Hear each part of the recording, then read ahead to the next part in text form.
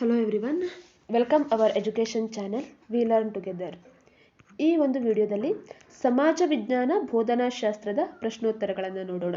ಅಂದರೆ ಪ್ರೀವಿಯಸ್ ಕೆಲವೊಂದಿಷ್ಟು ಇಯರ್ಗಳಲ್ಲಿ ಸೋಷಿಯಲ್ ಪೆಡಗಾಜಿಗೆ ಸಂಬಂಧಪಟ್ಟಂತಹ ಏನೆಲ್ಲ ಪ್ರಶ್ನೆಗಳನ್ನು ಕೇಳಿದ್ದಾರೆ, ಒಟ್ಟು 30 ಪ್ರಶ್ನೆಗಳನ್ನು, ಅಲ್ಲಿಂದ ಆಯ್ದಂತಹ 30 ಪ್ರಶ್ನೆಗಳನ್ನು ಈ ಒಂದು ವಿಡಿಯೋದಲ್ಲಿ ನಾವು ನೋಡ್ತಾ ಹೋಗೋಣ. ಸಮಾಜ ವಿಜ್ಞಾನ ಬೋಧನಾಶಾಸ್ತ್ರ ಕೆಲವೊಂದಿಷ್ಟು ಸೈಕಾಲಜಿಗೆ ಸಂಬಂಧಪಟ್ಟದ್ದು ಅಥವಾ ಅದಕ್ಕೆ ರಿಲೇಟೆಡ್ ಆಗಿದೆ ಅಂತ ಅನಿಸಿದ್ರು. ಸಮಾಜ ವಿಜ್ಞಾನ ಬೋಧನಾಶಾಸ್ತ್ರದಲ್ಲಿ ಕೇಳಿದಂತಹ ಪ್ರಶ್ನೆಗಳು ಇವಾಗಿದೆ. ಪ್ರೀವಿಯಸ್ ಒಂದು ವಿಡಿಯೋದಲ್ಲಿ ನಾವು ಇದೇ ರೀತಿಯಾಗಿ ಕನ್ನಡ ಬೋಧನಾಶಾಸ್ತ್ರದಲ್ಲಿ ಕೇಳಿದಂತಹ ಬೋಧನಾಶಾಸ್ತ್ರದ ಪ್ರಶ್ನೋತ್ತರಗಳನ್ನು ನಾವು ಡಿಸ್ಕಷನ್ ಮಾಡ್ತಾ ಹೋಗಿದ್ವಿ. ಅದೇ ರೀತಿಯಾಗಿ ಇದು ಸಮಾಜ ವಿಜ್ಞಾನ ಬೋಧನಾಶಾಸ್ತ್ರದಲ್ಲಿ ಕೇಳಿದಂತಹ ಪ್ರಶ್ನೆಗಳಾಗಿದ್ದಾವೆ. ವಿಡಿಯೋವನ್ನು ಸ್ಟಾರ್ಟ್ ಮಾಡ್ತಾ ಹೋಗೋಣ. ಅದಕ್ಕೂ ಮೊದಲು ನೀವಿನ್ನು ನಮ್ಮ ವಿ ಲರ್ನ್ ಟುಗೆದರ್ ಎಜುಕೇಷನ್ ಚಾನಲನ್ನು ಸಬ್ಸ್ಕ್ರೈಬ್ ಆಗದೇ ಇದ್ದರೆ ಅಥವಾ ನಮ್ಮ ಚಾನಲ್ಗೆ ನ್ಯೂ ಯೂಸರ್ ಆಗಿದ್ದರೆ ದಯವಿಟ್ಟು ನಮ್ಮ ಚಾನಲನ್ನು ಸಬ್ಸ್ಕ್ರೈಬ್ ಆಗಿ ಹಾಗೆ ಬೆಲ್ ಬಟನ್ ಒತ್ತುವ ಮೂಲಕ ನಮಗೆ ನೋಟಿಫೈ ಆಗಿರಿ. ಫಸ್ಟ್ ಕ್ವಶನ್ ಇರುವಂತಹದ್ದು ಏನು? ಇದು 5E ಮಾದರಿಯ ಸರಿಯಾದ ಘಟ್ಟ. ಈ ಟೀಚಿಂಗ್ ಅನ್ನ ನಾವು ಮಾಡ್ತಾ ಇದ್ದೇವೆ, ಟೀಚರ್ ಇದ್ದಾರೆ ಅಂದ್ರೆ 5E ಮಾದರಿಯ ಲೆಸನ್ ಪ್ಲಾನ್ ಅನ್ನ ಅವರು ಇಟ್ಕೊಳ್ಬೇಕಾಗತ್ತೆ. 5E ಅಂದ್ರೆ ಏನು? 5 ಇಗಳು ಬರುತ್ತೆ ಅನ್ನುವಂಥದ್ದು. ಆ 5 ಇಗಳ ಸರಿಯಾದ ಕಾಲಘಟ್ಟ ಯಾವುದು? ಆಪ್ಷನ್ 1 ಏನಿದೆ? Engage, explain, example, enact, evaluation. Option 2 ಏನಿದೆ? Engage, explain, example, elaborate, evaluation. Option 3 ಏನಿದೆ? Engage, elaborate, explore, enact, evaluation. ಹಾಗೆ ಆಪ್ಷನ್ 4 ಏನಿದೆ? Engage, explore, explain, elaborate, evaluation. ಒಂದು ವರ್ಗ ಕೋಣೆಯಲ್ಲಿ ಒಂದು ಕ್ಲಾಸ್ ಅನ್ನ ನೀವು ತಗೊಳ್ತಾ ಇದ್ದೀರಾ ಅಂದ್ರೆ ಈ 5 ಹಂತಗಳನ್ನ ಆ ಒಂದು ತರಗತಿಯಲ್ಲಿ ಮಾಡಬೇಕಾಗತ್ತೆ ಅನ್ನುವಂಥದ್ದು ಇಲ್ಲಿ ತಿಳಿಸ್ಬಿಡುವಂಥದ್ದು. 5E ಮಾದರಿಯ ಬೋಧನೆಯಲ್ಲಿ ಫಸ್ಟ್ ಬರುವಂಥದ್ದೇನು? ಹಾಗಿದ್ರೆ ನಾವು ತರಗತಿಗೆ ಹೋದಾಗ ವಿದ್ಯಾರ್ಥಿಗಳಿಗೆ ಫಸ್ಟ್ ಏನನ್ನ ಮಾಡಬೇಕು? ಅವರಿಗೆ ಮೋಟಿವೇಶನ್ ಮಾಡಬೇಕು, ಅವರನ್ನ ಕ್ಲಾಸ್ನಲ್ಲಿ ನಮ್ಮ ತರಗತಿಗೆ ಒಳಗೊಳ್ಬೇಕು, ಅವರನ್ನ ಎಂಗೇಜ್ ಮಾಡ್ಕೊಳ್ಬೇಕು ಅವರನ್ನ. So first option engage. 4 ಇದರಲ್ಲೂ ಸಹ ಎಂಗೇಜ್ ಅನ್ನುವಂಥದ್ದೇ ಇದೆ. ನೆಕ್ಸ್ಟ್ ಏನಿದೆ? ನಾವು ಅವರಲ್ಲಿ ಪೂರ್ವಜ್ಞಾನವನ್ನ, ಮಕ್ಕಳಲ್ಲಿರುವಂತಹ ಪೂರ್ವಜ್ಞಾನವನ್ನ ತೆಗೆದುಕೊಳ್ಬೇಕು. ನಾವು ಯಾವ ಲೆಸನ್ ಅನ್ನ ಕಲಿಸ್ತೇವೋ ಆ ಲೆಸನ್ನಿನ ಬಗ್ಗೆ ಮಕ್ಕಳಿಗೆ ಯಾವೆಲ್ಲ ಪೂರ್ವಜ್ಞಾನಗಳಿದೆ ಅನ್ನುವಂಥದ್ದನ್ನ ನಾವು ಅನ್ವೇಷಣೆ ಮಾಡಬೇಕು, ಅವರಿಂದ ಉತ್ತರವನ್ನ ತೆಗೆದುಕೊಳ್ಳಬೇಕು. ಸೊ ನಾವೇನ್ ಮಾಡ್ಬೇಕು ಇಲ್ಲಿ? ಎಕ್ಸ್ಪ್ಲೋರ್ ಅನ್ನ ಮಾಡಬೇಕು. ಉಳಿದಂತಹ 3 ಆಪ್ಷನ್ಗಳನ್ನು ಇಲ್ಲಿ ಈಸಿಯಾಗಿ ನಾವು ತೆಗೆದು ಬಿಡಬಹುದು. ಸೊ ನೆಕ್ಸ್ಟ್ ಏನ್ ಮಾಡ್ಬೇಕು ಅನ್ನುವಂಥದ್ದನ್ನ ಶಾರ್ಟ್ ಆಗಿ ನಾವು ನೋಡ್ತಾ ಹೋದ್ರೆ, ಎಕ್ಸ್ಪ್ಲೇನ್ ಮಾಡಬೇಕು. ಅದನ್ನ ವಿವರಣೆಯನ್ನ, ವಿದ್ಯಾರ್ಥಿಗಳಿಂದ ನಾವು ವಿವರಣೆಯನ್ನ, ಅವರು ಏನೊಂದಿಷ್ಟು ಪೂರ್ವಜ್ಞಾನವನ್ನ ಗಳಿಸಿರ್ತಾರಲ್ವಾ ಅದನ್ನ ಅವರ ಹತ್ರ ಹೇಳಿಸುವಂಥದ್ದು. ಆ ಪೂರ್ವಜ್ಞಾನವನ್ನ ಇನ್ನಷ್ಟು ಎಳೆದು ಎಲಾಬರೇಟ್ ಮಾಡಬೇಕು, ದೊಡ್ಡದಾಗಿ ಮಾಡಬೇಕು. ನಮ್ಮ ಜ್ಞಾನವನ್ನ ಅದಕ್ಕೆ ಸೇರಿಸಿ ದೊಡ್ಡದಾಗಿ ಮಾಡಬೇಕು. ಫೈನಲಿ ಇವ್ಯಾಲ್ಯೂಯೇಷನ್ ಮಾಡಬೇಕು, ಅದರ ಕುರಿತಾಗಿ ಮೌಲ್ಯಮಾಪನ ಕೇಳಿ ಪ್ರಶ್ನೆಯನ್ನ ಕೇಳಬೇಕು. ಇವು 5E ಮಾದರಿಯ ಸರಿಯಾದ ಘಟ್ಟಗಳು. ಯಾವ್ಯಾವುದು? ಎಂಗೇಜ್ ಅಂದ್ರೆ ಅವರನ್ನ ತರಗತಿಯಲ್ಲಿ ತೊಡಗಿಸಿಕೊಳ್ಳುವಂಥದ್ದು, ಎಕ್ಸ್ಪ್ಲೋರ್ ಅನ್ವೇಷಣೆ ಮಾಡುವಂಥದ್ದು, ಎಕ್ಸ್ಪ್ಲೇನ್ ವಿವರಿಸುವಂಥದ್ದು, ಎಲಾಬರೇಟ್ ವಿಸ್ತರಿಸುವಂಥದ್ದು, ಇವ್ಯಾಲ್ಯೂಯೇಷನ್ ಮೌಲ್ಯಮಾಪನ ಮಾಡುವಂಥದ್ದು. ಸೊ ಆಪ್ಷನ್ 4 ಸರಿಯಾಗಿದೆ. ನೆಕ್ಸ್ಟ್ ಎರಡನೇ ಪ್ರಶ್ನೆ. ಹಕ್ಕು ಮತ್ತು ಕರ್ತವ್ಯ ಪ್ರಜ್ಞೆಯು ಇದರ ಭಾಗವಾಗಿದೆ. ಪೌರ ಪ್ರಜ್ಞೆ, ಸ್ಥಳ ಪ್ರಜ್ಞೆ, ಸಮಯ ಪ್ರಜ್ಞೆ, ವ್ಯವಹಾರ ಪ್ರಜ್ಞೆ. ಹಕ್ಕು ಮತ್ತು ಕರ್ತವ್ಯ. ಈ ಹಕ್ಕು ಮೂಲಭೂತ ಹಕ್ಕು ಆಗಿರ್ಬೋದು, ಸಾಂಸ್ಕೃತಿಕ ಹಕ್ಕು, ಮೂಲಭೂತ ಕರ್ತವ್ಯ, ಇವುಗಳನ್ನೆಲ್ಲ ನಾವು ಯಾವ ಭಾಗದಲ್ಲಿ ಓದ್ತೇವೆ? ಅದನ್ನೆಲ್ಲ ನಾವು ರಾಜ್ಯಶಾಸ್ತ್ರ ಅಥವಾ ಪೌರ ನೀತಿಯಲ್ಲಿ ಓದ್ತೇವೆ. ಸೊ ಹಾಗಾಗಿ ಇದು ಯಾವುದರ ಭಾಗ ಆಗುತ್ತೆ? ಪೌರ ಪ್ರಜ್ಞೆಯ ಭಾಗ ಆಗತ್ತೆ. ಈಸಿಯಾಗಿ ನಾವು ಅದನ್ನ ಯಾವ ವಿಭಾಗದಲ್ಲಿ ಓದ್ತೇವೋ ಅದರ ಒಂದು ಭಾಗ ಆಗುತ್ತೆ. ಸ್ಥಳ ಪ್ರಜ್ಞೆ ಇದು ಜಿಯೋಗ್ರಫಿಯಲ್ಲಿ ಬರುವಂತದ್ದು, ಸಮಯ ಪ್ರಜ್ಞೆ ಜಿಯೋಗ್ರಫಿಯಲ್ಲಿ ಬರುವಂತದ್ದು, ವ್ಯವಹಾರ ಪ್ರಜ್ಞೆ ವ್ಯವಹಾರ ಶಾಸ್ತ್ರದಲ್ಲಿ ಬರುವಂತದ್ದು, ಇನ್ನು ಸ್ಥಳ ಪ್ರಜ್ಞೆ ಇತಿಹಾಸದಲ್ಲೂ ಸಹ ಬರುತ್ತೆ. ನೆಕ್ಸ್ಟ್, ಇತಿಹಾಸದ ಚಳುವಳಿಗಳ ಬೆಳವಣಿಗೆ, ರಾಜವಂಶಗಳ ಮತ್ತು ಸಂಸ್ಥೆಗಳ ಏಳಿಕೆ ಮತ್ತು ಪತನವನ್ನ ತೋರಿಸಲು, ವಿವರಿಸಲು ಬಳಸುವ ಸೂಕ್ತವಾದ ಸಾಧನ ಯಾವುದು? ಐತಿಹಾಸಿಕ ಚಟುವಟಿಕೆಗಳು. ಫಾರ್ ಎಕ್ಸಾಂಪಲ್ 1942ರ ಕ್ವಿಟ್ ಇಂಡಿಯಾ ಚಳುವಳಿ, 1857ರ ಪ್ರಥಮ ಭಾರತ ಸ್ವಾತಂತ್ರ್ಯ ಸಂಗ್ರಾಮ, ಇವುಗಳ ಒಂದು ಬೆಳವಣಿಗೆ. ರಾಜವಂಶ ಸಂಸ್ಥೆಗಳ ಏಳಿಕೆ, ಕದಂಬರ ಏಳಿಗೆ ಪತನ, ಹಾಗೆ ಕೆಲವೊಂದಿಷ್ಟು ವ್ಯವಹಾರ ಸಂಸ್ಥೆಗಳ ಏಳಿಗೆ ಪತನ, ಇವುಗಳನ್ನ ವಿವರಿಸಲಿಕ್ಕೆ ಯಾವುದು ಹೆಚ್ಚು ಸೂಕ್ತ? ಕಾಲರೇಖೆ, ಕಾಲಸುರುಳಿ, ಕಾಲನಕ್ಷೆ, ತುಲನಾತ್ಮಕ ಕಾಲರೇಖೆ. ಇದಕ್ಕೆ ಸೂಕ್ತ ಆಗಿರುವಂಥದ್ದು ಕಾಲನಕ್ಷೆ. ಒಂದು ಕಡೆಯಲ್ಲಿ ಇಸವಿಯನ್ನ ಬರೆಯುವಂಥದ್ದು, ಇನ್ನೊಂದು ಭಾಗದಲ್ಲಿ ಆ ಇಸವಿಯಲ್ಲಿ ಉಂಟಾದ ಘಟನೆ ಯಾವುದು ಅನ್ನುವಂಥದ್ದನ್ನ ಬರೆದು ಕಾಲನಕ್ಷೆಯಲ್ಲಿ ತೋರಿಸಲಾಗುತ್ತೆ. ನೆಕ್ಸ್ಟ್ 4ನೇ ಪ್ರಶ್ನೆ, ನಿರಂತರ ಮತ್ತು ಸಮಗ್ರ ಮೌಲ್ಯಮಾಪನ ಪ್ರಕ್ರಿಯೆಯನ್ನು ಜಾರಿಗೊಳಿಸಿದ ಕಾಯ್ದೆ ಯಾವುದು? ನಿರಂತರ ಮತ್ತು ಸಮಗ್ರ ಮೌಲ್ಯಮಾಪನ, CCE ಅಂತ ಕರೆಯುವಂಥದ್ದು, ಕಂಟಿನ್ಯೂಸ್ ಅಂಡ್ ಕಾಂಪ್ರಿಹೆನ್ಸಿವ್ ಇವ್ಯಾಲ್ಯೂಯೇಷನ್. ಇದನ್ನ ಜಾರಿಗೊಳಿಸಿದಂತಹ ಕಾಯ್ದೆ ಭಾರತದ ಶಿಕ್ಷಣ ಹಕ್ಕು ಕಾಯ್ದೆ 2005, ರೈಟ್ ಟು ಎಜುಕೇಶನ್ 2005 ಅದು, ಅಥವಾ ಭಾರತ ಶಿಕ್ಷಣ ಹಕ್ಕು ಕಾಯ್ದೆ RTE 2009, ಹಾಗೆ RTE ಭಾರತದ ಶಿಕ್ಷಣ ಹಕ್ಕು ಕಾಯ್ದೆ 2006, ಹಾಗೆ RTE 2004. ಯಾವ ಇಸ್ವಿಯಲ್ಲಿ ಇದನ್ನು ಜಾರಿಗೊಳಿಸಲಾಯಿತು? ಸರಿಯಾದಂತಹ ಉತ್ತರ ಆಪ್ಷನ್ 2, ಭಾರತ ಶಿಕ್ಷಣ ಹಕ್ಕು ಕಾಯ್ದೆ 2009. RTE 2009 ಅಡಿಯಲ್ಲಿ ಈ ನಿರಂತರ ಮತ್ತು ಸಮಗ್ರ ಮೌಲ್ಯಮಾಪನ, ನಿರಂತರ ಅಂದ್ರೆ ಕಂಟಿನ್ಯೂಸ್ ಆಗಿರಬೇಕು, ಯಾವುದೋ ಒಂದು ಟೈಮ್ನಲ್ಲಿ ಸೆಪ್ಟೆಂಬರ್ ತಿಂಗಳಿನಲ್ಲಿ ಮತ್ತು ಮಾರ್ಚ್ ತಿಂಗಳಿನಲ್ಲಿ ಎಕ್ಸಾಮ್ಗಳನ್ನು ಮಾಡಿ ಮುಗಿಸುವಂಥದ್ದಲ್ಲ, ಪ್ರತಿಯೊಂದು ಹಂತದಲ್ಲೂ ಮೌಲ್ಯಮಾಪನ ಆಗಬೇಕು ಮತ್ತು ಸಮಗ್ರ ಆಗಿರಬೇಕು. ಕೇವಲ ಪಠ್ಯ ವಿಷಯಗಳನ್ನ ಮಾತ್ರ ಆಗಿರಬಾರ್ದು, ಕ್ರೀಡೆಯಲ್ಲಾಗಿರ್ಬಹುದು, ಸಾಂಸ್ಕೃತಿಕವಾಗಿ ಆಗಿರ್ಬಹುದು, ಪಠ್ಯೇತರ ವಿಷಯಗಳಲ್ಲಿಯೂ ಸಹ ಮೌಲ್ಯಮಾಪನ ಅಗತ್ಯ ಅನ್ನುವಂಥದ್ದನ್ನ ತಿಳಿಸ್ತಾ ಇದೆ. 5ನೇ ಪ್ರಶ್ನೆ, ಕೊಲ್ಬ್ ಅವರ ಅನುಭವಾತ್ಮಕ ಕಲಿಕೆಯ ವೃತ್ತವು 4 ಅಂಶಗಳನ್ನೊಳಗೊಂಡಿದೆ, ಅವುಗಳೆಂದರೆ? ಆಪ್ಷನ್ಗಳನ್ನ ನೋಡ್ತಾ ಹೋಗೋಣ. ವಾಸ್ತವ ಅನುಭವಗಳು, ಆಪ್ಷನ್ 1 ಏನಿದೆ, ವಾಸ್ತವ ಅನುಭವಗಳು, ವೀಕ್ಷಣೆ, ಪ್ರತಿಫಲನ, ಅಮೂರ್ತ ಕಲ್ಪನೆಗಳ ರಚನೆ, ಹೊಸ ಸಂದರ್ಭದಲ್ಲಿ ಪರೀಕ್ಷಿಸುವಂಥದ್ದು. ಅನುಭವಗಳನ್ನು ಪಡೆಯುವಂಥದ್ದು, ಅದನ್ನು ನೋಡುವುದು ಮತ್ತು ಪ್ರತಿಫಲಿಸಿಕೊಳ್ಳುವುದು, ಅಮೂರ್ತ ಕಲ್ಪನೆಗಳನ್ನು ರಚನೆ ಮಾಡುವಂಥದ್ದು, ಹೊಸ ಸಂದರ್ಭದಲ್ಲಿ ಅದನ್ನು ಬಳಸುವಂಥದ್ದು. ಇದು ಒಂದು ಆಪ್ಷನ್. ಇನ್ನೊಂದು, ವಾಸ್ತವ ಅನುಭವಗಳು, ವೀಕ್ಷಣೆ ಮತ್ತು ಪ್ರತಿಫಲನ, ಮೂರ್ತ ಕಲ್ಪನೆಗಳನ್ನು ಮಾಡುವಂಥದ್ದು, ಹೊಸ ಸಂದರ್ಭದಲ್ಲಿ ಪರೀಕ್ಷಿಸುವಂಥದ್ದು. ಮತ್ತೆಲ್ಲ ಸೇಮ್, ಇಲ್ಲಿ ಅಮೂರ್ತದ ಬದಲಾಗಿ ಮೂರ್ತ ಕಲ್ಪನೆಗಳನ್ನು ರಚನೆ ಮಾಡಿಕೊಳ್ಳುವಂಥದ್ದಿದೆ. ನೆಕ್ಸ್ಟ್ ಆಪ್ಷನ್ 3, ವಾಸ್ತವ ಅನುಭವಗಳು, ವೀಕ್ಷಣೆ ಮತ್ತು ಕ್ರಿಯೆ, ಅಮೂರ್ತ ಕಲ್ಪನೆಗಳ ರಚನೆ, ಹೊಸ ಸಂದರ್ಭದಲ್ಲಿ ಪರೀಕ್ಷಿಸುವಂಥದ್ದು. ನೆಕ್ಸ್ಟ್ ಆಪ್ಷನ್ 4 ಏನಿದೆ, ಅಮೂರ್ತ ಅನುಭವಗಳು, ವೀಕ್ಷಣೆ ಮತ್ತು ಕ್ರಿಯೆ, ಮೂರ್ತ ಕಲ್ಪನೆಗಳ ರಚನೆ, ಹೊಸ ಸಂದರ್ಭದಲ್ಲಿ ಪರೀಕ್ಷಿಸುವಂಥದ್ದು. ಇಲ್ಲಿ ಸರಿಯಾದಂತಹ ಉತ್ತರ 5ನೇ ಪ್ರಶ್ನೆಗೆ ಆಪ್ಷನ್ 1, ವಾಸ್ತವ ಅನುಭವಗಳು.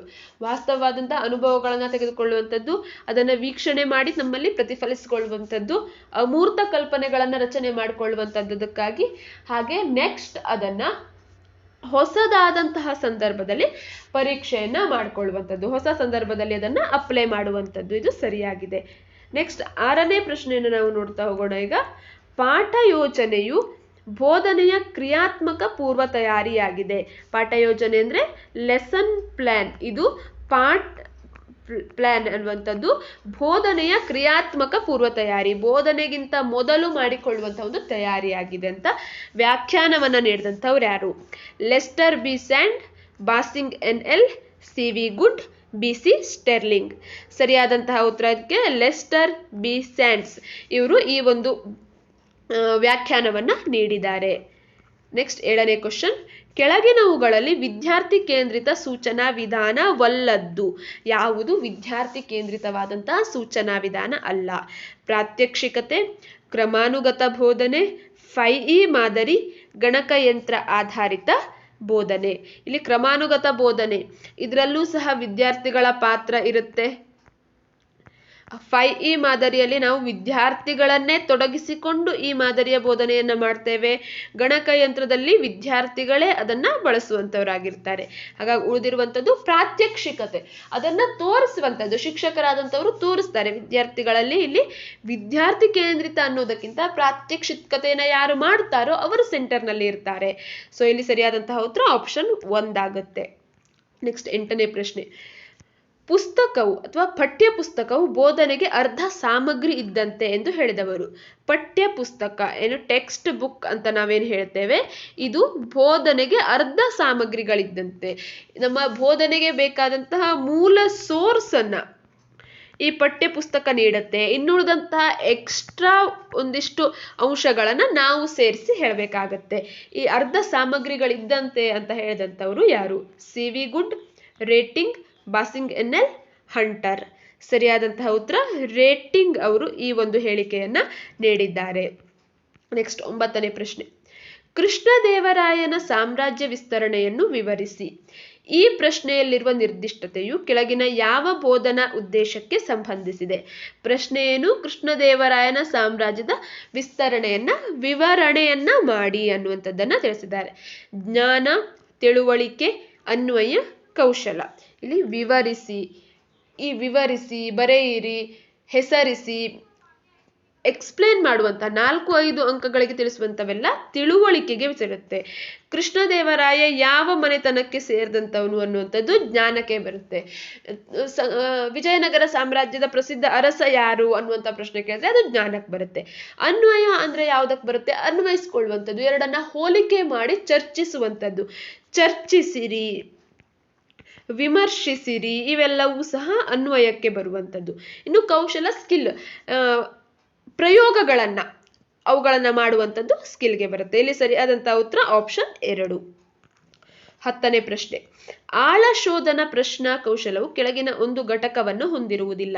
ಪ್ರೇರಣಾ ತಂತ್ರ, ವಿಮರ್ಶಾತ್ಮಕ ಆಲೋಚನಾ ಶಕ್ತಿಯನ್ನು ಹೆಚ್ಚಿಸುವ ತಂತ್ರ, ಪುನರ್ ಕೇಂದ್ರೀಕರಿಸುವ ತಂತ್ರ, ಅರ್ಥಪೂರ್ಣ ಪ್ರಶ್ನೆಗಳ ತಂತ್ರ.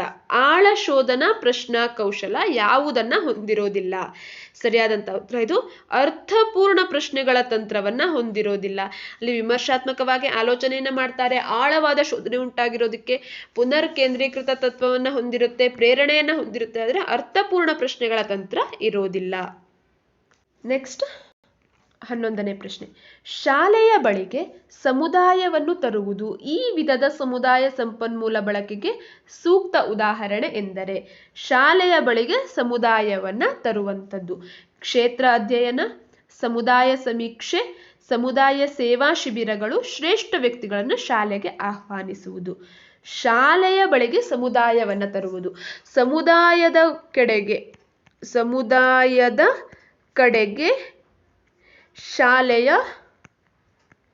ನಡೆಗೆ ಈ ರೀತಿಯಾದಂಥದ್ದು ಕೊಡ್ಲಿಲ್ಲ. ಅವರು ಕೊಟ್ಟಿರೋದು ಶಾಲೆಯ ಬಳಿಗೆ ಸಮುದಾಯವನ್ನ ನಾವು ತರಬೇಕು, ಕ್ಷೇತ್ರ ಅಧ್ಯಯನದಲ್ಲಿ ನಾವು ಆ ಫೀಲ್ಡ್ಗೆ ಹೋಗ್ತೇವೆ, ಸಮುದಾಯ ಸಮೀಕ್ಷೆಯಲ್ಲೂ ಸಹ ಫೀಲ್ಡ್ಗೆ ನಾವೇ ಹೋಗುವಂಥದ್ದು, ಸಮುದಾಯದಲ್ಲಿ ಮಾಡುವಂತಹ ಸೇವಾ ಶಿಬಿರಗಳಲ್ಲೂ ನಾವು ಹೋಗ್ತೇವೆ. ಆದರೆ ಶ್ರೇಷ್ಠ ವ್ಯಕ್ತಿಗಳನ್ನ ಶಾಲೆಗೆ ಆಹ್ವಾನ ಮಾಡೋದರಿಂದ ಸಮುದಾಯವನ್ನ ಶಾಲೆಗೆ ತಂದಂತಾಗತ್ತೆ, ಸಮುದಾಯದ ಸಂಪನ್ಮೂಲಗಳು ಶಾಲೆಗೆ ಬಂದಂತಾಗುತ್ತೆ. ಸೊ ಇಲ್ಲಿ ಸರಿಯಾದಂತಹ ಉತ್ತರ ಆಪ್ಷನ್ 4 ಆಗುತ್ತೆ.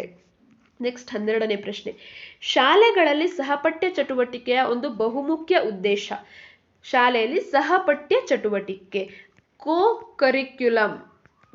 ಕರಿಕ್ಯುಲಮ್ ಆಕ್ಟಿವಿಟೀಸ್, ಇದರ ಒಂದು ಉದ್ದೇಶ ಏನು? ಸಮಯ ನಿರ್ವಹಣೆಯ ಪಾಲನೆ, ಮನೋರಂಜನೆ, ಮೌಲ್ಯಮಾಪನ, ವೀಕ್ಷಣೆ. ಸಮಯವನ್ನ ಸರಿಯಾಗಿ ಪಾಲನೆಯನ್ನ ಮಾಡೋದಕ್ಕಾಗಿ, ಅಂದ್ರೆ ಎಕ್ಸ್ಟ್ರಾ ಟೈಮ್ಗಳೇನಿರುತ್ತೆ ಅವೆಲ್ಲವನ್ನ ಸರಿ ಮಾಡೋ ಕಾರಣಕ್ಕಾಗಿ, ಮನೋರಂಜನೆಯನ್ನ ನೀಡಲಿಕ್ಕಾಗಿ, ಈ ಸಹಪಠ್ಯ ಚಟುವಟಿಕೆಗಳು ಮಾಪನಕ್ಕೆ ಕೌಂಟ್ ಆಗುವಂತಹ ಕಾರಣಕ್ಕಾಗಿ, ಅಥವಾ ವೀಕ್ಷಣೆಯನ್ನ ಮಾಡೋಕ್ಕಾಗಿ. ಸರಿಯಾದ ಉತ್ತರ ಮನೋರಂಜನೆ. ಕೇವಲ ಶಾಲೆ ಅಂದಾಕ್ಷಣ ಕೇವಲ ಶಿಕ್ಷಣವನ್ನ ಕೊಡುವಂಥದ್ದು ಪಠ್ಯ ಪುಸ್ತಕದಲ್ಲಿ ಮಾತ್ರ ಇರುವಂಥದ್ದಲ್ಲ, ಸಹಪಠ್ಯ, ಅದಕ್ಕೆ ಸಂಬಂಧಪಟ್ಟಂತಹ ಕ್ರೀಡೆಗಳಲ್ಲಿ ಆಗಿರಬಹುದು, ಸಾಂಸ್ಕೃತಿಕ ಕಾರ್ಯಕ್ರಮಗಳಲ್ಲೂ ಸಹ ಮಕ್ಕಳನ್ನ ತೊಡಗಿಸ್ಕೊಳ್ಬೇಕಾಗತ್ತೆ. ಇವು ಅವರಿಗೆ ಮನೋರಂಜನೆಯ ಜೊತೆಗೆ ಕಲಿಕೆಯನ್ನ ಕೊಡುವಂತಹ ಒಂದಿಷ್ಟು ಉದ್ದೇಶವನ್ನ ಹೊಂದಿದೆ. ನೆಕ್ಸ್ಟ್ 13ನೇ ಪ್ರಶ್ನೆ. ಕ್ರಿಯಾ ಸಂಶೋಧನೆ ಎಂಬ ಪದವನ್ನು ಮೊಟ್ಟ ಮೊದಲ ಬಾರಿಗೆ ಬಳಸಿದವರು? JW ಬೆಸ್ಟ್, ಕರ್ಟ್ ಲೆವಿನ್, ಸ್ಟೀಫನ್ ಕೋರಿ ಮೌಲಿ. ಕ್ರಿಯಾ ಸಂಶೋಧನೆ ಈ ಪದವನ್ನ ಮೊದಲು ಯಾರು ಬಳಸ್ತಾರೆ? ಸರಿಯಾದಂತಹ ಉತ್ತರ ಇಲ್ಲಿ ಕರ್ಟ್ ಲೆವಿನ್ ಇವರು ಈ ಒಂದು ಕ್ರಿಯಾ ಸಂಶೋಧನೆಯನ್ನ ಮೊದಲು ಬಳಸ್ತಾರೆ. ಕ್ರಿಯಾ ಸಂಶೋಧನೆ ಎಂದ್ರೇನು? ವರ್ಗ ಕೋಣೆಯಲ್ಲಿ ಉಂಟಾಗುವಂತಹ ಸಮಸ್ಯೆಗಳಿಗೆ ತತ್ಕ್ಷಣದ ಒಂದು ಪರಿಹಾರಕ್ಕಾಗಿ, ಅಥವಾ ವರ್ಗ ಕೋಣೆಯ ಸಮಸ್ಯೆಗಳಿಗೆ ತತ್ಕ್ಷಣದಲ್ಲಿ ಶಿಕ್ಷಕರಾದಂಥವರು ಯಾವೆಲ್ಲ ಪರಿಹಾರಗಳನ್ನ ಮಾಡಬಹುದು ಅನ್ನುವಂಥದ್ದನ್ನ ಈ ಕ್ರಿಯಾ ಸಂಶೋಧನೆ ತಿಳಿಸ್ಕೊಡುತ್ತೆ. 14ನೇ ಪ್ರಶ್ನೆ. ವಿಶ್ಲೇಷಣಾತ್ಮಕ ಮತ್ತು ಪರಿಕಲ್ಪನಾ ಕೌಶಲ್ಯಗಳನ್ನು ಅಭಿವೃದ್ಧಿಪಡಿಸುವುದು ರಾಷ್ಟ್ರೀಯ ಪಠ್ಯಕ್ರಮ ಚೌಕಟ್ಟು 2005ರ ಉದ್ದೇಶವಾಗಿದ್ದು ಇದು ಈ ಹಂತಕ್ಕೆ ಸಂಬಂಧಿಸಿದೆ. ವಿಶ್ಲೇಷಣಾತ್ಮಕ ಮತ್ತು ಪರಿಕಲ್ಪನೆ, ವಿಶ್ಲೇಷಣೆಯನ್ನ ಮಾಡುವಂಥದ್ದು ಮತ್ತು ಪರಿಕಲ್ಪನೆ ಅಂದ್ರೆ ಊಹೆಗಳನ್ನ ಏನು ಪರಿಕಲ್ಪನೆ, ಕೆಲವೊಂದಿಷ್ಟು ಊಹೆ ಅನ್ನೋದಕ್ಕಿಂತ ಕೆಲವೊಂದಿಷ್ಟು ಕಾನ್ಸೆಪ್ಟ್ಗಳ ಬಗ್ಗೆ ಜ್ಞಾನವನ್ನ, ಆ ಕೌಶಲ್ಯವನ್ನ ಅಭಿವೃದ್ಧಿಪಡಿಸುವಂಥದ್ದು ರಾಷ್ಟ್ರೀಯ ಪಠ್ಯಕ್ರಮ 2005ರ ಒಂದು ಉದ್ದೇಶ. ಇದು ಯಾವ ಹಂತಕ್ಕೆ ಸಂಬಂಧಿಸಿದೆ? ಪ್ರಾಥಮಿಕ ಹಂತಕ್ಕೋ, ಉನ್ನತ ಪ್ರಾಥಮಿಕ ಹಂತಕ್ಕೆ, ಅಥವಾ ಮಾಧ್ಯಮಿಕ ಹಂತ, ಉನ್ನತ ಮಾಧ್ಯಮಿಕ ಹಂತಕ್ಕೆ ಸಂಬಂಧಪಟ್ಟಿದೆಯೋ ಅಂತ ಕೇಳಿದ್ದಾರೆ. ಸರಿಯಾದಂತಹ ಉತ್ತರ ಇಲ್ಲಿ ಮಾಧ್ಯಮಿಕ ಹಂತಕ್ಕೆ ಸಂಬಂಧಪಟ್ಟಿರುವಂಥದ್ದು. ಇದು ಆಪ್ಷನ್ 3 ಸರಿಯಾಗಿದೆ.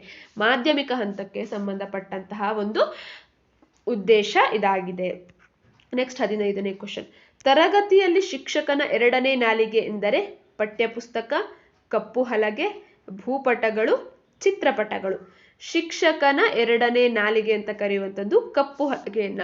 ಶಿಕ್ಷಕರು ಏನೆಲ್ಲ ಮೌಖಿಕವಾಗಿ ಹೇಳ್ತಾರೋ ಅದೆಲ್ಲವೂ ಲಿಖಿತವಾಗಿ ಬ್ಲ್ಯಾಕ್ ಬೋರ್ಡ್ನ ಮೇಲೆ ಬರೆಯಲಾಗುತ್ತೆ. ಬ್ಲ್ಯಾಕ್ ಬೋರ್ಡ್ನ ಮೇಲೆ ಬರೆದಿಡ್ತೇವೆ. ಬ್ಲ್ಯಾಕ್ ಬೋರ್ಡ್ನಲ್ಲಿ ಎಲ್ಲ ವಿಷಯಗಳನ್ನು ನಾವು, ಆ ಒಂದು ಪಾಠಕ್ಕೆ ಸಂಬಂಧಪಟ್ಟಂತಹ ಎಲ್ಲ ವಿಷಯಗಳನ್ನು ನಾವು ಬರೆಯೋದ್ರಿಂದ ನಾವೇನು ಹೇಳಿರ್ತೇವೋ ಅವೆಲ್ಲವೂ ಅಲ್ಲಿರುತ್ತೆ. ಹಾಗಾಗಿ ಇದನ್ನು ಶಿಕ್ಷಕರ ಆ ವಿಷಯವನ್ನ ಆ ಬ್ಲ್ಯಾಕ್ ಬೋರ್ಡು ಸಹ ತಿಳಿಸ್ತಾ ಇರುತ್ತೆ. ಹಾಗಾಗಿ ಇದನ್ನ ಶಿಕ್ಷಕನ ಎರಡನೇ ನಾಲಿಗೆ ಅಂತ ಕರೀತಾರೆ. 16ನೇ ಪ್ರಶ್ನೆ.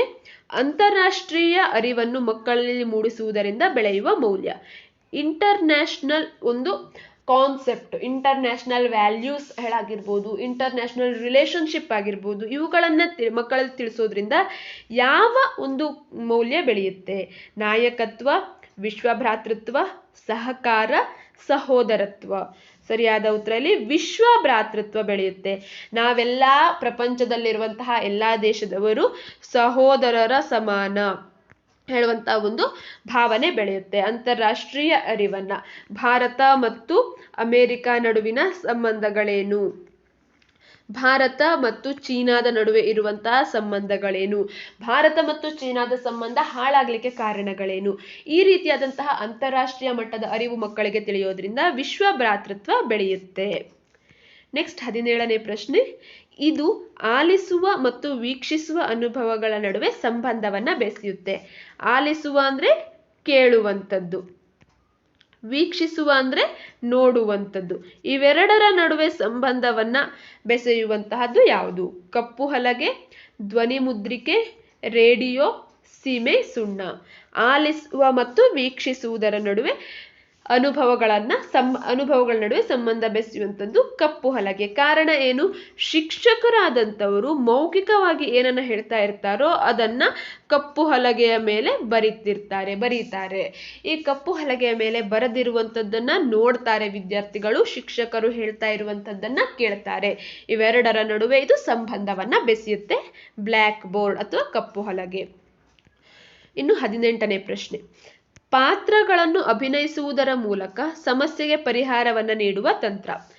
ಪಾತ್ರಗಳನ್ನ ಅಭಿನಯಿಸುವುದರ ಮೂಲಕ, ಆಕ್ಷನ್ ಅನ್ನ ಮಾಡುವುದರ ಮೂಲಕ ಸಮಸ್ಯೆಗೆ ಪರಿಹಾರವನ್ನ ನೀಡುವ ತಂತ್ರ ಯಾವುದು? ಸಮಸ್ಯೆ ಆಧಾರಿತ ಬೋಧನೆ, ಅಣುಬೋಧನೆ, ಅನುಕರಣ ಬೋಧನೆ, ಪರಿಹಾರ ಬೋಧನೆ.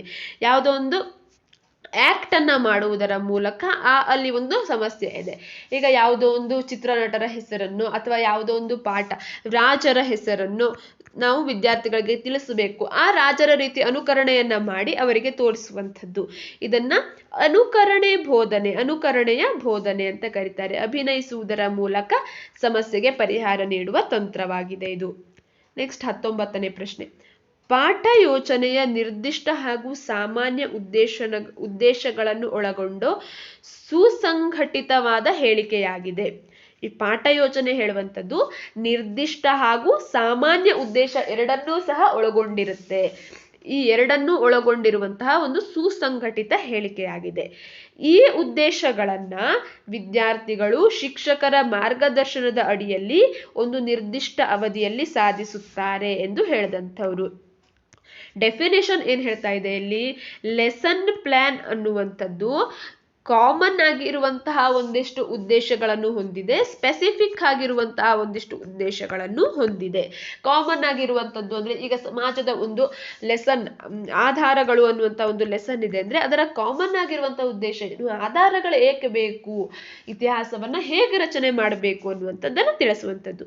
ಅದರ ನಿರ್ದಿಷ್ಟ ಉದ್ದೇಶ ಏನು, ಆಧಾರ ಎಂದ್ರೇನು, ನಾಣ್ಯಗಳು ಹೇಗೆ ಇಂಪಾರ್ಟೆಂಟ್ ಆಗುತ್ತೆ, ಶಾಸನಗಳು ಹೇಗೆ ಇಂಪಾರ್ಟೆಂಟ್ ಆಗುತ್ತೆ, ಇವೆಲ್ಲವನ್ನ ತಿಳಿಸುವಂಥದ್ದು. ಇದನ್ನು ಒಳಗೊಂಡಿದೆ. ಈ ಎಲ್ಲ ಉದ್ದೇಶಗಳನ್ನ ಸಾಮಾನ್ಯ ಉದ್ದೇಶ ಆಗಿರಬಹುದು ಅಥವಾ ನಿರ್ದಿಷ್ಟ ಉದ್ದೇಶ ಆಗಿರಬಹುದು. ಇದನ್ನ ವಿದ್ಯಾರ್ಥಿಗಳು ಶಿಕ್ಷಕರಾದಂಥವರ ಮಾರ್ಗದರ್ಶನದ ಅಡಿಯಲ್ಲಿ ಒಂದು ನಿರ್ದಿಷ್ಟ ಅವಧಿಯಲ್ಲಿ ಸಾಧಿಸ್ತಾರೆ. ಅದಕ್ಕಾಗಿ ಒಂದು ಟೈಮಿಂಗ್ಸ್ ಅನ್ನ ಇಡ್ಲಾಗುತ್ತೆ, ಅಷ್ಟರಲ್ಲಿ ಸಾಧಿಸ್ತಾರೆ. ಈ ಡೆಫಿನೇಷನ್ ಅನ್ನ ಕೊಟ್ಟವ್ರು ಯಾರು? Option Lester B Sands, Bossing NL, C V Good, Sanford. ಸರಿಯಾದಂತಹ ಉತ್ತರ ಪ್ರಶ್ನೆ 19ನೇ ಪ್ರಶ್ನೆಗೆ ಸರಿಯಾದಂತಹ ಉತ್ತರ ಆಪ್ಷನ್ 2, ಬಾಸಿಂಗ್ ಎನ್ಎಲ್ ಇವರು ಈ ಹೇಳಿಕೆಯನ್ನ ನೀಡಿದ್ದಾರೆ. ನೆಕ್ಸ್ಟ್ 20ನೇ ಪ್ರಶ್ನೆ, ಬೋಧನಾ ವಿನ್ಯಾಸದ ಸರಿಯಾದ ಹಂತಗಳು. ಅಭಿವೃದ್ಧಿ, ವಿಶ್ಲೇಷಣೆ, ವಿನ್ಯಾಸ, ಅನುಷ್ಠಾನ, ಮೌಲ್ಯಮಾಪನ. ವಿನ್ಯಾಸ, ವಿಶ್ಲೇಷಣೆ, ಅಭಿವೃದ್ಧಿ, ಅನುಷ್ಠಾನ, ಮೌಲ್ಯಮಾಪನ. ವಿಶ್ಲೇಷಣೆ, ವಿನ್ಯಾಸ, ಅಭಿವೃದ್ಧಿ, ಅನುಷ್ಠಾನ, ಮೌಲ್ಯಮಾಪನ. ವಿಶ್ಲೇಷಣೆ, ವಿನ್ಯಾಸ, ಅನುಷ್ಠಾನ, ಅಭಿವೃದ್ಧಿ, ಮೌಲ್ಯಮಾಪನ.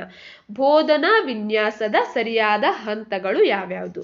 ಫಸ್ಟ್ ಏನ್ ಮಾಡ್ಬೇಕಾಗತ್ತೆ? 20ನೇ ವಿಶ್ಲೇಷಣೆಯನ್ನ ಮಾಡಬೇಕು. ನೆಕ್ಸ್ಟ್ ಅದಕ್ಕೆ ಒಂದು ವಿನ್ಯಾಸವನ್ನ ರೆಡಿ ಮಾಡಬೇಕು. ಅದಾದ ಮೇಲೆ ಆ ವಿನ್ಯಾಸವನ್ನ ಅಭಿವೃದ್ಧಿಯನ್ನ ಮಾಡಬೇಕು. ಅಭಿವೃದ್ಧಿ ಆದ ಮೇಲೆ ಅನುಷ್ಠಾನ ಮಾಡಿ ಅದರ ಮೌಲ್ಯಮಾಪನ ಮಾಡಬೇಕಾಗತ್ತೆ. ಇದು ಸರಿಯಾದ ಹಂತ. ಹಾಗಾಗಿ ಆಪ್ಷನ್ 3 ಇಲ್ಲಿ ಸರಿಯಾದಂತಹ ಉತ್ತರ ಆಗಿದೆ.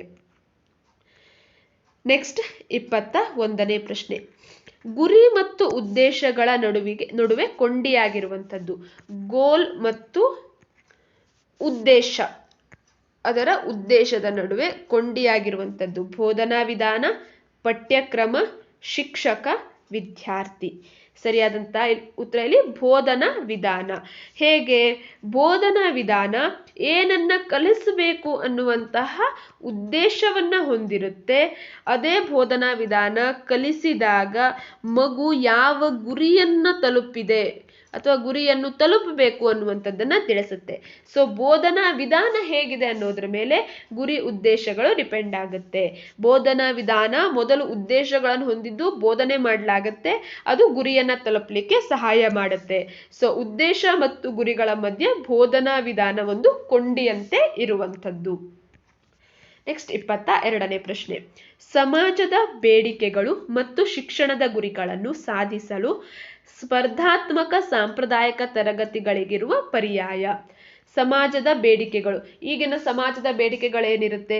ಎಲ್ಲ ಮಕ್ಕಳು 99% ಅಬೋವ್ ಅಥವಾ 100% ಸ್ಕೋರನ್ನು ಮಾಡ್ತಾ ಇದ್ದಾರೆ. ಅಷ್ಟರ ಮಟ್ಟಿಗೆ ಅವರ ಇಂಟಲೆಕ್ಚುವಲ್ ಬುದ್ಧಿಶಕ್ತಿ ಬೆಳವಣಿಗೆಯಾಗಿದೆ. ಸಮಾಜವೂ ಸಹ ಅದನ್ನೇ ಬೇಡ್ತಾ ಇದೆ. ಎಲ್ಲ ಮಕ್ಕಳು ಹೆಚ್ಚಿನ ಅಂಕಗಳನ್ನು ಗಳಿಸಿ ಪಾಸ್ ಆಗಬೇಕು ಅನ್ನುವಂಥದ್ದು. ಶಿಕ್ಷಣದ ಗುರಿ ಏನು? ಮಕ್ಕಳಿಗೆ ಗುಣಾತ್ಮಕವಾದಂತಹ ಮೌಲ್ಯಯುತವಾದಂತಹ ಒಂದು ಶಿಕ್ಷಣವನ್ನು ನೀಡಬೇಕು ಅನ್ನುವಂಥದ್ದು ಶಿಕ್ಷಣದ ಗುರಿ. ಇದನ್ನು ಸಾಧಿಸಲಿಕ್ಕಾಗಿ ಪ್ರಸ್ತುತ ಇರುವಂತಹ ಸ್ಪರ್ಧಾತ್ಮಕ ಸಾಂಪ್ರದಾಯಿಕ ತರಗತಿಗಳಿಗಿಂತ ಈ ಸ್ಪರ್ಧಾತ್ಮಕ ಯುಗದಲ್ಲಿರುವ ಸಾಂಪ್ರದಾಯಿಕ ತರಗತಿಗಳಿರುವ ಪರ್ಯಾಯ, ಇದಕ್ಕೆ ಬದಲಾಗಿ ಇರುವ ಪರ್ಯಾಯ ತರಗತಿಗಳು ಯಾವ್ಯಾವುದು? ಒಳನೋಟ ಕಲಿಕೆ, ಸ್ವಕಲಿಕೆ, ಅನುಭವಾತ್ಮಕ ಕಲಿಕೆ, ಸಹಕಾರ ಕಲಿಕೆ. ಸರಿಯಾದ ಉತ್ತರ ಇದಕ್ಕೆ ಸಹಕಾರ ಕಲಿಕೆ. ವಿದ್ಯಾರ್ಥಿಗಳು ಒಬ್ಬರಿಗೊಬ್ರು ಸಹಕಾರವನ್ನ ಮಾಡಿಕೊಂಡು ತಮ್ಮ ಗುಂಪುಗಳನ್ನಾಗಿ ಸಾಮರ್ಥ್ಯ ಆಧಾರಿತ ಗುಂಪುಗಳನ್ನ ಮಾಡೋದ್ರಿಂದ ಒಂದು ಗುಂಪಿನಲ್ಲಿ ಸಹಕಾರದಿಂದ ಕಲಿತಾರೆ. ಇದು ಸಾಂಪ್ರದಾಯಿಕ ತರಗತಿಗಳಿಗಿರುವ ಒಂದು ಪರ್ಯಾಯ ಆಗುತ್ತೆ. ಒಂದು ಗುಂಪಿನಲ್ಲಿ 5 ರಿಂದ 10 ಮಂದಿ ಮಕ್ಕಳಿದ್ದಾರೆ ಅಂದ್ರೆ ಈ 10 ಮಂದಿ ಮಕ್ಕಳ ಒಂದು ಥಿಂಕಿಂಗ್ ಸ್ಟೈಲ್ ಬೇರೆ ಬೇರೆ ಇರುತ್ತೆ. ಅಲ್ಲಿ ಅವರ ಒಂದು ಥಿಂಕಿಂಗ್ ಸ್ಟೈಲ್, ಅವರ ವಿಚಾರಧಾರೆಗಳ ಅಭಿವ್ಯಕ್ತಿ ಆಗುತ್ತೆ. ಇವು ಸಮಾಜದ ಬೇಡಿಕೆ, ಶಿಕ್ಷಣದ ಗುರಿಗಳನ್ನ ಸಾಧಿಸಲಿಕ್ಕೆ ಸಹಾಯವನ್ನ ಮಾಡುತ್ತೆ. ಸೊ ಇಲ್ಲಿ ಸರಿಯಾದ ಉತ್ತರ ಸಹಕಾರ ಕಲಿಕೆ. ನೆಕ್ಸ್ಟ್ 23ನೇ ಪ್ರಶ್ನೆ, ಅನುಗಮನ ಮತ್ತು ನಿಗಮನ ಪದ್ಧತಿಗಳನ್ನು ಉಪಯೋಗ ಮಾಡುವ ಮೂಲಾಂಶವನ್ನು ಈ ಕೌಶಲ್ಯದಲ್ಲಿ ಬಳಸಲಾಗುತ್ತದೆ. ಪ್ರಶ್ನಾ ಕೌಶಲ, ಪೀಠಿಕಾ ಕೌಶಲ, ಉದಾಹರಣೆಗಳೊಂದಿಗೆ ದೃಷ್ಟಾಂತೀಕರಿಸುವ ಕೌಶಲ, ಪ್ರಚೋದನಾ ಕೌಶಲ. ಅನುಗಮನ ಮತ್ತು ನಿಗಮನ. ಅನುಗಮನ ಮತ್ತು ನಿಗಮನ ಅಂದ್ರೇನು? ಅನುಗಮನ ಅಂದ್ರೆ ಉದಾಹರಣೆಯಿಂದ ಸೂತ್ರದೆಡೆಗೆ ಸಾಗುವಂಥದ್ದು. ನಿಗಮನ ಅಂದ್ರೆ ಸೂತ್ರದಿಂದ ಉದಾಹರಣೆಯ ಕಡೆಗೆ ಸಾಗುವಂಥದ್ದು. ಇದು ಅನುಗಮನ ನಿಗಮನ ಒಂದು ಪದ್ಧತಿ. ನಾವು ಹೆಚ್ಚಾಗಿ ಭಾಷಾ ಬೋಧನೆಯಲ್ಲಿ ವ್ಯಾಕರಣವನ್ನ ಬೋಧನೆ ಮಾಡಲಿಕ್ಕಾಗಿ ಇದನ್ನ ಬಳಸ್ತೇವೆ, ಈ ಅನುಗಮನ ಮತ್ತು ನಿಗಮನ ಪದ್ಧತಿಗಳನ್ನ. ಯಾವ ಕೌಶಲ್ಯದಲ್ಲಿ ಇದನ್ನ ಹೆಚ್ಚಾಗಿ ಬಳಸ್ತಾರೆ? ಉದಾಹರಣೆಗಳೊಂದಿಗೆ ದೃಷ್ಟಾಂತೀಕರಿಸುವ ಕೌಶಲ್ಯದಲ್ಲಿ ಇದನ್ನ ನಾವು ಬಳಸಲಾಗತ್ತೆ. ಯಾಕಂದ್ರೆ ಒಂದು ಉದಾಹರಣೆಗಳನ್ನ ನೀಡಿ ಸೂತ್ರವನ್ನ ತಿಳಿಸಬೇಕು, ಸೂತ್ರವನ್ನ ಹೇಳಿ ಉದಾಹರಣೆಗಳನ್ನ ಹೇಳಬೇಕಾಗತ್ತೆ. ಈ ಎರಡು ಪದ್ಧತಿಯಲ್ಲಿ ಈ ಕೌಶಲ್ಯದಲ್ಲಿ ಅದು ಹೆಚ್ಚಾಗಿ ಉಪಯುಕ್ತ ಆಗುತ್ತೆ. ಹಾಗಾಗಿ ಇಲ್ಲಿ ಆಪ್ಷನ್ 3 ಸರಿಯಾಗಿದೆ. ನೆಕ್ಸ್ಟ್ 24ನೇ ಪ್ರಶ್ನೆ. ಇದು ಒಂದು ತರಬೇತಿ ತಂತ್ರವೇ ಹೊರತು ಬೋಧನಾ ತಂತ್ರ ಅಲ್ಲ. ಅಣುಬೋಧನೆ, ರೂಢಿ ಬೋಧನೆ, ಗುಂಪು ಬೋಧನೆ, ಪರಿಹಾರ ಬೋಧನೆ. ಯಾವುದೊಂದು ತರಬೇತಿ ತಂತ್ರ? ಸರಿಯಾದ ಉತ್ತರ ಅಣುಬೋಧನೆ, ಮೈಕ್ರೋ ಟೀಚಿಂಗ್ ಅನ್ನುವಂಥದ್ದು. ಇದು ಒಂದು ತರಬೇತಿ ತಂತ್ರ ಆಗಿದೆ. ಈ B.Ed ಅನ್ನ ಟೀಚಿಂಗ್ ಏನು ಎಕ್ಸಾಮ್ಗಳಿದೆ ಇದನ್ನ ಪಾಸ್ ಮಾಡಿ ಬಂದಂಥವರಿಗೆ ತಿಳಿದಿರುತ್ತೆ ಇದು. ಈ ಅಣುಬೋಧನೆ ಹೇಳುವಂಥದ್ದು 6 ಸ್ಕಿಲ್ಗಳಿರುತ್ತೆ. ಪ್ರತಿಯೊಂದು ಸ್ಕಿಲ್ಗೂ 6 ನಿಮಿಷದಂತೆ 36 ನಿಮಿಷಗಳ ಟೈಮನ್ನು ಕೊಟ್ಟಿರ್ತಾರೆ. 1 ಟೈಮ್ 1 ಸ್ಕಿಲ್, ಒಂದು ಸಮಯದಲ್ಲಿ ಒಂದು ಸ್ಕಿಲ್ ಅನ್ನ ನಾವು ಇಲ್ಲಿ ತಿಳಿಸಬೇಕಾಗತ್ತೆ. ಅದನ್ನ ಪಾಠವನ್ನ ಪ್ರಸ್ತುತಪಡಿಸುವಂಥದ್ದು, ಮೋಟಿವೇಶನ್ ಎಂಗೇಜ್ ಮಾಡಿಕೊಳ್ಳುವಂಥದ್ದು ಹೇಗೆ ಅನ್ನುವಂಥದ್ದಕ್ಕೆ ಒಂದು ಅವಧಿಯನ್ನ, ಒಂದು 6 ನಿಮಿಷದ ಅವಕಾಶವನ್ನ ಕೊಡ್ತಾರೆ. ಎಕ್ಸ್ಪ್ಲೇನ್ ಅನ್ನ ಮಾಡ್ಲಿಕ್ಕಾಗಿ, ಹಾಗೆ ಪ್ರಶ್ನೆ ಕೇಳುವಂಥದ್ದು, ಬ್ಲ್ಯಾಕ್ ಬೋರ್ಡ್ ಅನ್ನ ಯೂಸ್ ಮಾಡುವಂಥದ್ದು, ಪ್ರತಿಯೊಂದು ಸ್ಕಿಲ್ಗಳನ್ನ ಕಲಿಸುವಂಥದ್ದು ಈ ಅಣುಬೋಧನೆ ಆಗಿದೆ. ಈ ಅಣುಬೋಧನೆ ಹೇಳುವಂಥದ್ದು ಟೀಚಿಂಗ್ ಫೀಲ್ಡ್ಗೆ ಹೋಗುವಂತಹ ಶಿಕ್ಷಕರಿಗೆ ಬೇಸಿಕ್ ಆಗಿ ಮಾಡುವಂತಹ ಒಂದು ಕಾರ್ಯ ಆಗಿದೆ ಇದು. ಸೊ ಇಲ್ಲಿ 24ನೇ ಪ್ರಶ್ನೆಗೆ ಆಪ್ಷನ್ 1 ಸರಿಯಾಗಿದೆ. ನೆಕ್ಸ್ಟ್ 25ನೇ ಪ್ರಶ್ನೆ. ವಿದ್ಯಾರ್ಥಿಯು ತುಘಲಕನು ರಾಜಧಾನಿ ಬದಲಾವಣೆ ಮಾಡಲು ಕಾರಣಗಳನ್ನು ಕೊಡುವುದು ಈ ಉದ್ದೇಶದ ಅಡಿಯಲ್ಲಿ ಬರುತ್ತೆ. ಜ್ಞಾನ, ತಿಳುವಳಿಕೆ, ವಿಮರ್ಶಾತ್ಮಕ ಚಿಂತನಾ ಕೌಶಲ. ಸರಿಯಾದಂಥ ಉತ್ತರ ಇಲ್ಲಿ ತಿಳುವಳಿಕೆಯಲ್ಲಿ ಬರುತ್ತೆ. ವಿದ್ಯಾರ್ಥಿ ಅದನ್ನ ತಿಳಿದುಕೊಂಡಿದ್ದಾನೆ. ಈ ಮೊಹಮ್ಮದ್ ಬಿನ್ ತುಘಲಕನು ದೆಹಲಿಯಿಂದ ತನ್ನ ರಾಜಧಾನಿಯನ್ನ ದೇವಗಿರಿಗೆ ಬದಲಾವಣೆ ಮಾಡ್ತಾನೆ. ಅದಕ್ಕೆ ಕಾರಣಗಳೇನು? ಆತ ಹೇಳಿದಂತ ವಿಶಾಲವಾದ ಸಾಮ್ರಾಜ್ಯ ಇರುತ್ತೆ, ಅದರ ಕೇಂದ್ರ ಒಂದೇ ಭಾಗದ ರಾಜಧಾನಿ ಕೇಂದ್ರ ಭಾಗದಲ್ಲಿರಬೇಕು, ಆಡಳಿತ ಮಾಡಲಿಕ್ಕೆ ಸುಲಭ ಆಗಬೇಕು.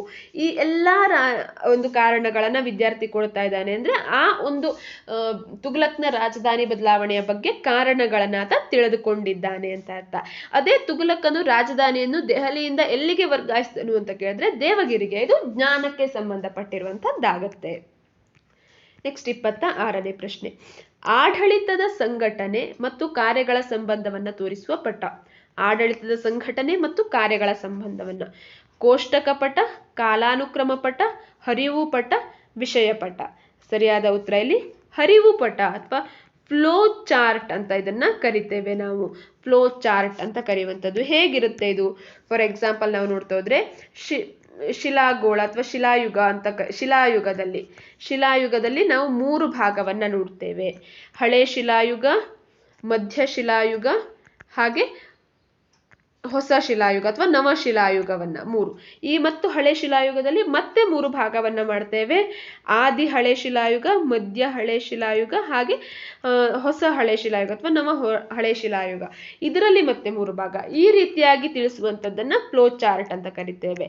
ಇನ್ನೂ ಒಂದು ಎಕ್ಸಾಂಪಲ್ ಅಂದ್ರೆ ಆಧಾರಗಳು ಹೇಳುವಂತ ಲೆಸನ್ ಇದೆ. ಆಧಾರಗಳಲ್ಲಿ 2 ವಿಧ. ಒಂದು ಸಾಹಿತ್ಯಿಕ ಆಧಾರ, ಇನ್ನೊಂದು ಪ್ರಾಕ್ತನ ಆಧಾರ. ಸಾಹಿತ್ಯಿಕ ಆಧಾರದಲ್ಲಿ ಮತ್ತೆ 2 ವಿಧವನ್ನ ಮಾಡ್ತೇವೆ. ಅದರಲ್ಲಿ ಲಿಖಿತ ಸಾಹಿತ್ಯ ಮತ್ತೆ ಮೌಖಿಕ ಸಾಹಿತ್ಯ ಅಂತ. ಲಿಖಿತ ಸಾಹಿತ್ಯವನ್ನ ಮತ್ತು ವಿಧಗಳನ್ನ ಮಾಡ್ತೇವೆ. ದೇಶೀಯ ಸಾಹಿತ್ಯ, ವಿದೇಶಿಯ ಸಾಹಿತ್ಯ ಅಂತ. ಈ ರೀತಿಯಾಗಿ ಆಧಾರದಲ್ಲಿ ಸಾಹಿತ್ಯಿಕ ಮತ್ತು ಪ್ರಾಕ್ತನ, ಸಾಹಿತ್ಯಿಕದಲ್ಲಿ ಲಿಖಿತ ಮತ್ತೆ ಮೌಖಿಕ, ಲಿಖಿತದಲ್ಲಿ ದೇಶೀಯ ವಿದೇಶ. ಈ ರೀತಿಯಾಗಿ ಚಾರ್ಟ್ನ ಮೂಲಕ ತಿಳಿಸುವಂಥದ್ದನ್ನ ಹರಿವು ಪಟ್ಟ ಅಂತ ಕರೀತಾರೆ. ಇಲ್ಲಿ ಆಪ್ಷನ್ 3 ಸರಿಯಾಗಿದೆ. ನೆಕ್ಸ್ಟ್ 27ನೇ ಪ್ರಶ್ನೆ. ಒಂದು ಪ್ರದೇಶದ ಭೌಗೋಳಿಕ ಲಕ್ಷಣಗಳನ್ನ ತೋರಿಸುವಂತಹ ಭೂಪಟದ ವಿಧ. ಚಿತ್ರಾತ್ಮಕ ಭೂಪಟ, ಐತಿಹಾಸಿಕ ಭೂಪಟ, ಸಮತಲ ಭೂಪಟ,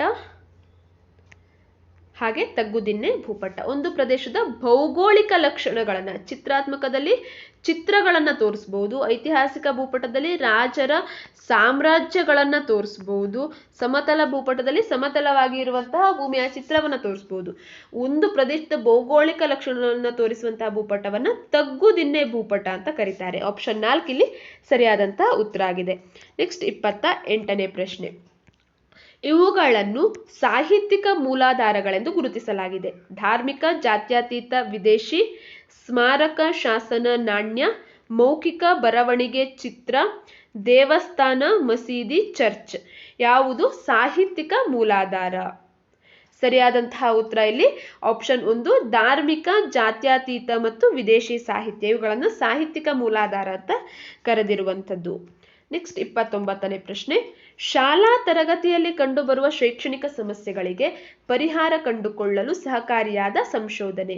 ಮೂಲಭೂತ ಸಂಶೋಧನೆ, ಅನ್ವಯಿಕ ಸಂಶೋಧನೆ, ಕ್ರಿಯಾ ಸಂಶೋಧನೆ, ತುಲನಾತ್ಮಕ ಸಂಶೋಧನೆ. ವರ್ಗ ಕೋಣೆಯಲ್ಲಿ ತರಗತಿಯಲ್ಲಿ ಕಂಡುಬರುವಂತಹ ಶೈಕ್ಷಣಿಕ ಸಮಸ್ಯೆಗಳಿಗೆ ತಕ್ಷಣ ಪರಿಹಾರವನ್ನು ಕಂಡುಕೊಳ್ಳಲಿಕ್ಕೆ ಕ್ರಿಯಾ ಸಂಶೋಧನೆಯನ್ನ ಬಳಸ್ತೇವೆ. ಸೊ ಆಪ್ಷನ್ 3 ಇಲ್ಲಿ ಸರಿಯಾದಂತಹ ಉತ್ತರ ಆಗುತ್ತೆ. ಲಾಸ್ಟ್ 30ನೇ ಪ್ರಶ್ನೆ. ಪ್ರಬಂಧ ಮಾದರಿ ಪ್ರಶ್ನೆಯ ಒಂದು ಮಿತಿ. ಮಿತಿ ಅಂದ್ರೇನು? ಒಂದು ಅವಗುಣ ಅಂತ ನಾವು ಕರಿಬಹುದು. ಅವಗುಣ ಅಂತ ಕರಿಬಹುದು. ಏನು? ಈ ರೀತಿಯ ಪರೀಕ್ಷೆಗಳನ್ನ ಪ್ರಶ್ನೆಗಳನ್ನ ರಚಿಸುವಂಥದ್ದು ಸುಲಭ. ಈ ರೀತಿಯ ಪ್ರಶ್ನೆಗಳಿಗೆ ಉತ್ತರಿಸಲು ಸಮಯ ಜಾಸ್ತಿ ಬೇಕು.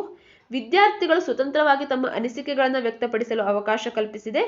ವಿದ್ಯಾರ್ಥಿಗಳು ಕಾಪಿ ಮಾಡುವ ಸಾಧ್ಯತೆ ತುಂಬಾ ಕಡಿಮೆ. ಮಿತಿ ಯಾವುದು ಅಂತ ಕೇಳಿದ್ದಾರೆ. ಪ್ರಶ್ನೆಗಳನ್ನು ರಚಿಸುವಂಥದ್ದು ಸುಲಭ, ಇದು ಮಿತಿ ಆಗೋದಿಲ್ಲ, ಇದು ಒಂದು ಗುಣ ಆಗುತ್ತೆ. ಹಾಗೆ ವಿದ್ಯಾರ್ಥಿಗಳಿಗೆ ಸ್ವತಂತ್ರವಾಗಿ ತಮ್ಮ ಅನಿಸಿಕೆಗಳನ್ನು ವ್ಯಕ್ತಪಡಿಸಲು ಅವಕಾಶ ಕಲ್ಪಿಸಿದೆ, ಇದು ಒಂದು ಉತ್ತಮ ಗುಣ ಆಗುತ್ತೆ. ಹಾಗೆ ವಿದ್ಯಾರ್ಥಿಗಳು ಕಾಪಿ ಮಾಡುವ ಸಾಧ್ಯತೆ ಕಡಿಮೆ, ಇದು ಸಹ ಗುಣ ಆಗುತ್ತೆ. ಆದರೆ ವಿದ್ಯಾರ್ಥಿಗಳಿಗೆ ಉತ್ತರಿಸಲು ಸಮಯ ಜಾಸ್ತಿ ಬೇಕಾಗತ್ತೆ, ಅವರು ಯೋಚನೆಯನ್ನ ಮಾಡಬೇಕಾಗತ್ತೆ, ಅದರ ಬಗ್ಗೆ ತಾರ್ಕಿಕವಾಗಿ ಯಾವ ರೀತಿಯಾಗಿ ಬರೀಬೇಕು ಅನ್ನುವಂಥದ್ದನ್ನು ತಿಳಿಬೇಕಾಗತ್ತೆ. ಹಾಗಾಗಿ ಇಲ್ಲಿ ಸಮಯ ಜಾಸ್ತಿ ಬೇಕಾಗತ್ತೆ, ಇದು ಅದರ ಒಂದು ಮಿತಿ ಆಗುತ್ತೆ. ಸೊ 30ನೇ ಪ್ರಶ್ನೆಗೆ 2ನೇ ಆಪ್ಷನ್ ಸರಿಯಾದಂತಹ ಉತ್ತರ. ಒಟ್ಟು 30 ಪ್ರಶ್ನೆಗಳನ್ನ ಈ ಒಂದು ವಿಡಿಯೋದಲ್ಲಿ ನಾವು ನೋಡಿದ್ವಿ. ಇದೇ ರೀತಿಯಾಗಿ ನೆಕ್ಸ್ಟ್ ವಿಡಿಯೋದಲ್ಲಿ ಇನ್ನೂ ಅನೇಕ ಪ್ರಶ್ನೆಗಳನ್ನ ನೋಡ್ತಾ ಹೋಗೋಣ. ಕ್ವಶನ್ ಸೀರೀಸ್ಗಳನ್ನು ಸಹ ನೆಕ್ಸ್ಟ್ ವಿಡಿಯೋದಲ್ಲಿ ನಾವು ಅಪ್ಲೋಡ್ ಮಾಡ್ತೇವೆ. Thank you for watching our video. ವಿಡಿಯೋವನ್ನು ಲೈಕ್ ಮಾಡಿ, ಶೇರ್ ಮಾಡಿ. ಹಾಗೆ ಯಾರು ನಮ್ಮ ಚಾನಲ್ ಅನ್ನು ಸಬ್ಸ್ಕ್ರೈಬ್ ಆಗದೆ ವಿಡಿಯೋನ ನೋಡ್ತಾ ಇದ್ದೀರೋ ದಯವಿಟ್ಟು ನಮ್ಮ ಚಾನಲ್ ಅನ್ನು ಸಬ್ಸ್ಕ್ರೈಬ್ ಆಗಿ. Thank you.